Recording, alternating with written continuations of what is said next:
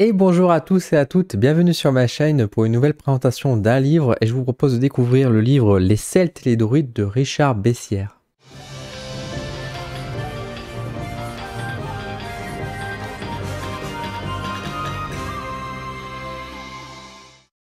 Avant d'aller plus loin dans la démonstration, j'aimerais remercier les éditions Bussière pour m'avoir envoyé cet ouvrage à vous présenter. Donc je vous propose une vue caméra rapprochée pour découvrir un petit peu le contenu du livre. Je vous donne mon avis au sujet du livre à la fin de la vidéo. Alors, les Celtes et les Druides de Richard Bessières, connaître, comprendre la culture, les légendes et traditions celtiques. Alors, Richard Bessières, c'est possible que ça vous dise déjà quelque chose, car sur ma chaîne YouTube, je vous ai déjà présenté un autre ouvrage du même auteur qui était sur l'histoire secrète de la magie et de la sorcellerie, que je vous avais présenté il y a quelques temps de cela. Et aujourd'hui, je vous propose donc l'édition Les Celtes et les Druides de Richard Bessières, sortie aux éditions Bussière. Alors, à l'origine, la première édition est sortie en 2007, et ceci est une réédition sortie en 2022, le février 2022, au prix de 12,50 € pour à peu près 270 pages. Donc, voilà un peu à quoi ça ressemble. Alors, à l'intérieur du livre, je vais vous montrer un petit peu déjà la table des matières. Hop, voilà, vous pouvez découvrir. Donc, au total, nous avons 26 chapitres, si je ne me trompe pas, avec à chaque fois des sous-catégories, des paragraphes, etc. Je vais vous montrer un petit peu tout l'intérieur. Donc, c'est assez complet. Voilà. Avec une première partie qui va s'intéresser un peu plus, on va dire, à l'histoire des Celtes et des Druides. Et ensuite, nous avons une partie un peu plus, on va dire, liée aux croyances. Donc voilà un peu comment, à quoi on retrouve à l'intérieur. Vous voyez, donc c'est quand même assez aéré quand même en termes de texte, hein. C'est beaucoup de texte, il n'y a pas d'image, hein. Forcément, c'est quand même beaucoup d'écrits, avec à chaque fois dans chaque chapitre, vous voyez des sous-chapitres, entre guillemets, qui sont marqués. Voilà, voilà. Et je ne vais pas assister trop là-dessus. Maintenant, je vais vous dire un peu ce que je pense de ce livre, donc des Celtes et des Druides, vous donner un petit peu mon avis sur le contenu de ce livre. Alors, les Celtes et les Druides de Richard Bessières. Que dire sur ce livre? Que dire à part que pour moi, c'est un livre, un très mauvais livre. Je le dis et je le pense réellement parce que j'ai été très déçu de cet ouvrage et du contenu qu'il peut y avoir dessus, et même du contenu qui me fait peur. Je m'explique. Faut savoir que moi, les Celtes et les Druides, enfin la culture celte et tout ce qui s'ensuit derrière, moi, m'intéresse quand même beaucoup. Je me suis déjà pas mal renseigné quand je faisais mes études, même au-delà de mes études en termes de passion. J'ai récemment lu aussi un ouvrage sur les druides, écrit par un historien aussi qui était très complet là-dessus. Et j'ai déjà vu de bon nombre de reportages également et documentaires, notamment sur Arte, qui parlent de ce peuple qui existait donc il y a maintenant un peu plus de 20 siècles. Le truc, c'est que avec cet ouvrage, j'étais heureux de l'avoir en me disant je vais pouvoir compléter, surtout que le précédent livre de Richard Bessières, bon, il avait des défauts, mais m'avait quand même assez intrigué et intéressé. Je me suis dit, bah c'est chouette, je vais pouvoir en savoir plus sur les Celtes et les druides. En réalité, l'ouvrage est complètement flou sur beaucoup d'aspects. Flou dans le sens où on énonce beaucoup d'idées qui sont toutes mélangées sans qu'il y ait réellement une hiérarchie. Alors malgré qu'il y a 26 chapitres et que tout semble ordonné, j'ai trouvé le contenu assez flou avec des parallèles parfois très surprenants et je dirais très maladroits sur certains aspects. Je vais revenir sur quelques points qui m'ont paru quand même très dangereux même. On nous donne plein de dates, beaucoup d'informations, etc., qui sont mélangées l'une entre elles. Il n'y a pas vraiment de frise chronologique pour nous aider bien à comprendre le développement catégorie par catégorie. Tout ça est fortement mélangé. Donc déjà, ça, c'est un gros problème. L'autre problème, c'est que l'auteur n'est pas du tout objectif. Ce n'est pas un travail d'historien qu'on a là, mais c'est plus un livre d'idéologie qui est marqué pour moi à l'intérieur. Et c'est ça qui le rend très dangereux. Déjà, on retrouve beaucoup cet aspect où dans certains paragraphes, on sent que l'auteur se permet certains propos et va au-delà, on va dire, d'une simple étude des Celtes et des Druides, et va même carrément mettre un avis sur certains aspects de la vie. Bon, ça, c'est déjà assez chaud, surtout quand on est face à un livre qui se veut, on va dire, encore une fois, les Celtes et les druides, connaître et comprendre la culture, les légendes et traditions celtiques. Je ne suis pas là pour entendre, on va dire. Là, on est plus sur un livre qui va nous parler, effectivement, un livre historique, hein, j'ai envie de dire, un livre d'histoire, qui n'est pas un livre de vulgarisation ou même de pensée, on va dire, sur les Celtes ou les druides. Donc, déjà, pour moi, ça, c'est déjà fort problématique. L'autre souci, c'est que on retrouve beaucoup à travers l'idée de l'auteur, c'est nos ancêtres les Gaulois. C'est un peu cette idée de ramener toujours la France, nous particulièrement, à cette idée de dire oui, nos ancêtres les Gaulois, oui, nous sommes d'origine des Gaulois, etc. Qui, pour n'importe qui a fait un minimum d'histoire ou qui s'est passionné par l'histoire, c'est que c'est une aberration de dire cette chose-là, parce que depuis 20 siècles, vous vous doutez bien que nos origines sont quand même très très variées et très diverses, avec les diverses immigrations et immigrations qu'on a pu connaître à travers bien sûr les pays, etc. Et tout ce qu'on a pu vivre à travers l'histoire. Donc déjà, c'est déjà pas bon déjà de partir dans cette idée-là, mais soit, c'est quelque chose qui est très ancré, on va dire, dans la culture française. Le gros problème, c'est qu'à un moment donné, à la page 33, il se permet même carrément de dire la race celtique. Et ça, là, ça commence à m'effrayer beaucoup, parce que autant on parle de race celtique, etc., je rappelle que l'humanité n'est qu'une seule espèce, hein, on est les êtres humains, on n'est pas différenciés en différentes races, et puis les ancêtres qu'on peut avoir, entre guillemets, ou même les êtres humains qui nous ont précédés faisaient partie de la même espèce que nous. Donc il n'y a pas de différenciation par rapport à ça. Et surtout, quand l'auteur nous parle de race celte et un peu plus loin de race hébreu, on est à deux doigts de nous citer limite la race juive. Là, vous vous doutez bien donc le parallèle que je veux faire par rapport à ici. Et vous voyez tout le danger que ça peut amener par rapport à ce mot. Donc on parle bien de culture et non pas de race. Surtout que derrière, l'auteur veut nous parler un peu de génétique. Je vais citer carrément son passage. Il faut tenir compte que toutes les races de la Terre, et nul n'a jamais décrit le phénomène que Léon Denis, ont été générées par des grands courants géophysiques qui les ont influencés par leur force, leur effluve déjà formés lors de la constitution de notre planète et qui leur ont permis de posséder des qualités différentes et qu'elles ont achevé d'acquérir à la suite des temps. Chaque race a conservé au fond de sa conscience l'étincelle génératrice, autrement dit l'étincelle des antériorités. Des pôles vibratoires existent suivant la genèse des mondes et celui des Celtes est attaché au sud de la Bretagne car déjà bien avant la migration dont nous avons parlé, les premiers habitants de cette région étaient celtes dans l'âme. Le celtisme, comme tous les autres courants de pensée, provient d'un des faisceaux primaires qui animent la vie universelle, c'est aussi un phénomène racial.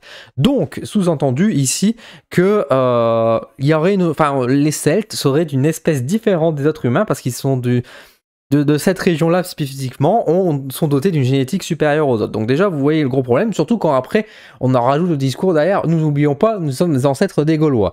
Ça, c'est une idée qui est totalement hors de propos, qui de plus en plus d'historiens combattent, effectivement, déjà l'idée tout simplement de dire nos ancêtres les Gaulois, mais en plus, parenthèse, nos ancêtres les Gaulois, sans définir réellement ce que c'est un Gaulois. Hein, on parle des Celtes et des Gaulois, à aucun moment dans le livre, il va vraiment nous donner une définition de ce qui différencie les Gaulois des Celtes. Bref. Ça, c'est un autre problème. On part quand même sur l'idée donc, de race, ça, donc c'est vraiment problématique. Et puis surtout, encore une fois, et puis ça se voit dans notre temps moderne aujourd'hui, c'est que ce genre de propos nourrit aussi des idéologies, voire même des idéologies parfois politiques. Et ça c'est vraiment très très dangereux. Plus loin, à la page 45, l'auteur va s'intéresser un peu plus, on va dire, sur la mythologie, on va dire, un peu la religion chez les Celtes, etc. Sujet qui m'intéresse beaucoup. Un sujet qui, comme je vous dis, page 45, mais comme je vous dis, c'est plus à la fin du livre qu'on en saurait un peu plus, et encore. Il nous parle par exemple des vies antérieures, ils disent voilà les Celtes croient aux vies antérieures, etc. Fort bien, est-ce qu'on peut développer? Non, l'auteur ne développe pas du tout ça, et au contraire, à la place, il va passer 2 pages à nous citer plein d'êtres humains, de personnes qui sont reconnus, mais qui sont venus plus tard, a posteriori, avec dans l'idée de dire voilà ces gens-là croyaient également aux vies antérieures. Et on va nous citer Victor Hugo, on va nous citer Einstein, patati patata. Vous voyez, c'est un peu, on dirait une liste qu'on ressort facilement pour dire, vous savez, ces gens-là, ils faisaient partie de la confrérie des Illuminati. Ah, vous savez, ils étaient francs-maçons, etc. Bah là, on a un peu la même liste, finalement. Avec, regardez, ces auteurs-là croyaient aussi aux vies antérieures, etc. Quel est le propos qu'on veut me ramener derrière? J'en ai rien à foutre que ces gens-là croyaient ou pas à la vie antérieure. Je ne suis pas là pour être convaincu et de prêcher la bonne parole par rapport à ça. Moi, je veux juste connaître un peu plus les Celtes et les Druides et leur méthode de vie, leur culture et notamment leur foi. bah là tu me réponds pas à la question en me disant regardez, Victor Hugo croyait aux vies antérieures, bon bah ça me fait une belle jambe, mais c'est pas ça qui m'aide, on va dire, à comprendre. Et ça, des trucs comme ça, on en a plusieurs, des aberrations un peu comme ça, notamment aussi page 72, où l'auteur se permet carrément de faire un parallèle avec la Révolution française. Avec la Révolution française, pour parler des Celtes, pour nous expliquer que finalement, en fait, les Celtes, ils étaient à ça, de former une nation, alors on oublie le mot français, hein, mais former une nation indépendante, autonome, etc.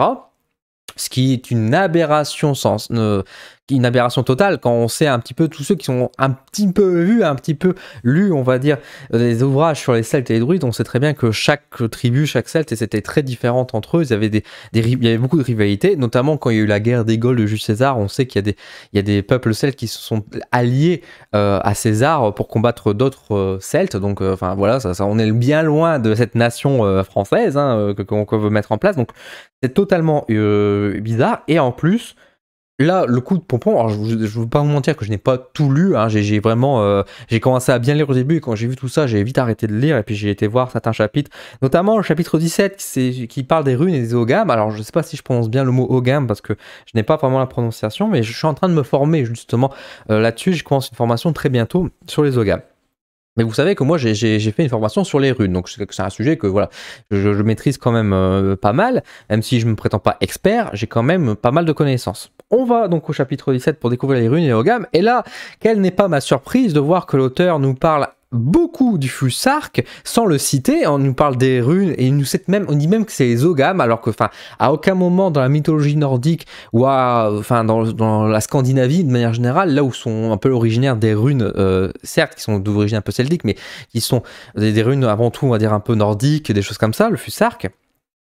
Qui sont donc dans une région bien à part, il ose mettre le terme d'ogham pour ces runes-là, ce qui n'est pas du tout le bon sens.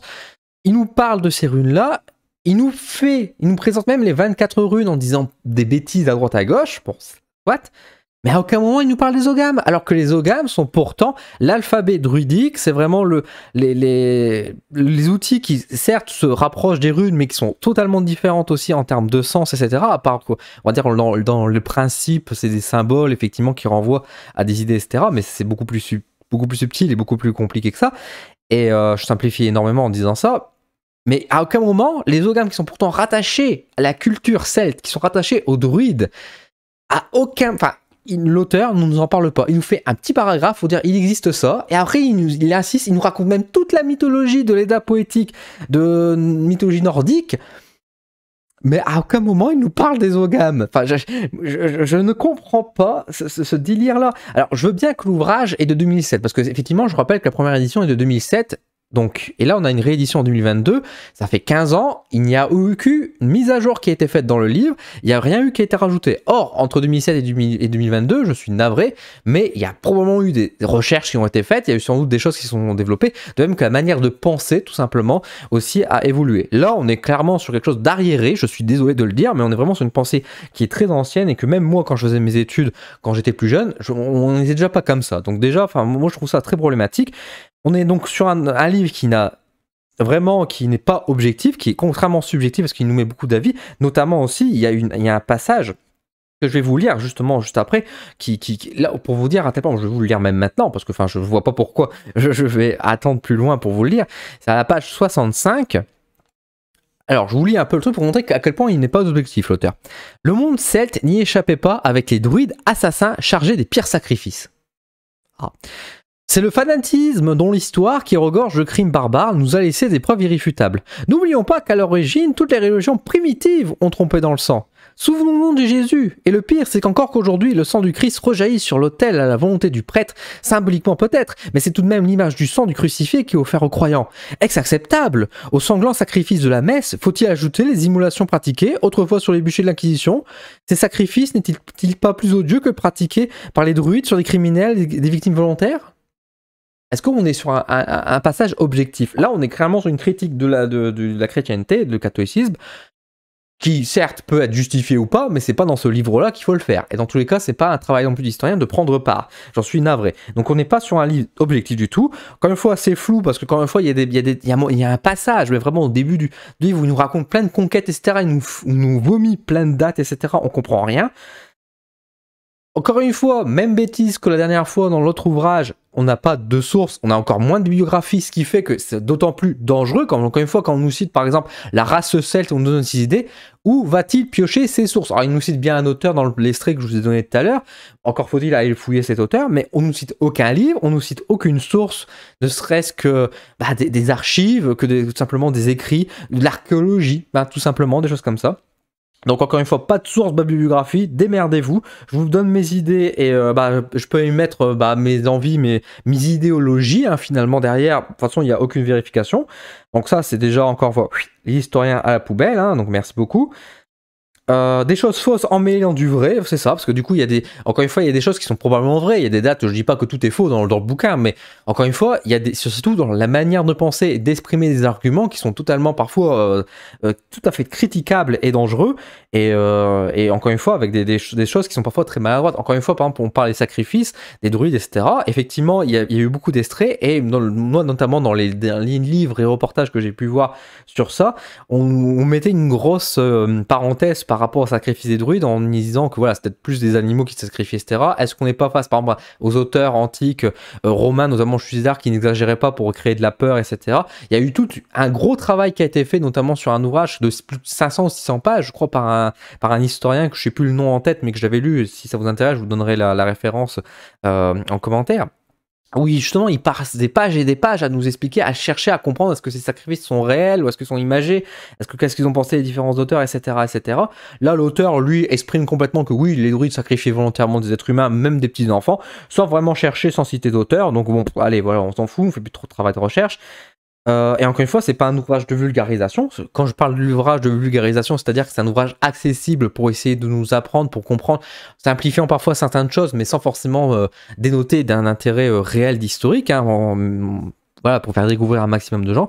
Non, non, c'est pas un livre de vulgarisation, ce n'est pas non plus un livre historien, donc je sais pas ce que c'est ce livre, à part un livre qui se veut être peut-être un livre de recherche historique et même pour mettre en place plutôt des idéologies, parce qu'encore une fois, moi, pour moi, quand je lis ce livre, j'ai peur. Moi, ça me fait peur quand je lis justement qu'on parle de race celte, qu'on parle de développement d'idées avec la Révolution française, etc., que nos ancêtres les Gaulois, etc. Mais qu'est-ce qu'on en a à la fin? On dirait qu'il est en train de défendre limite les Celtes en disant que c'était des êtres supérieurs, qu'il faut arrêter, qu'on était trop méchants avec eux et que qu'il faut redorer un peu le blason des Gaulois, etc., sans expliquer réellement les choses et sans être tout simplement objectif.